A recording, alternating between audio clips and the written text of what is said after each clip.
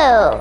We learned about Thai food and plants. We learned about King Rama night and the royal projects. We go to Museum Siam. We learn about Thai food. From the basil in our garden. Check out our cooking video.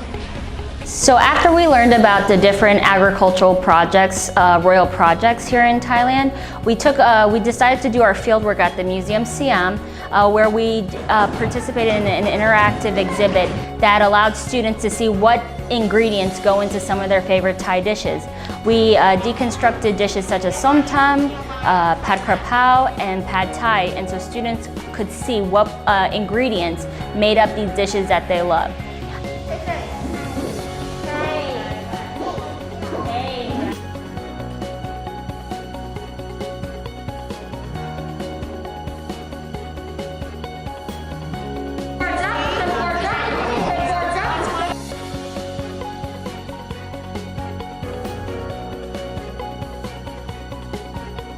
And so we looked in our garden and we saw that we have basil plants growing in our garden.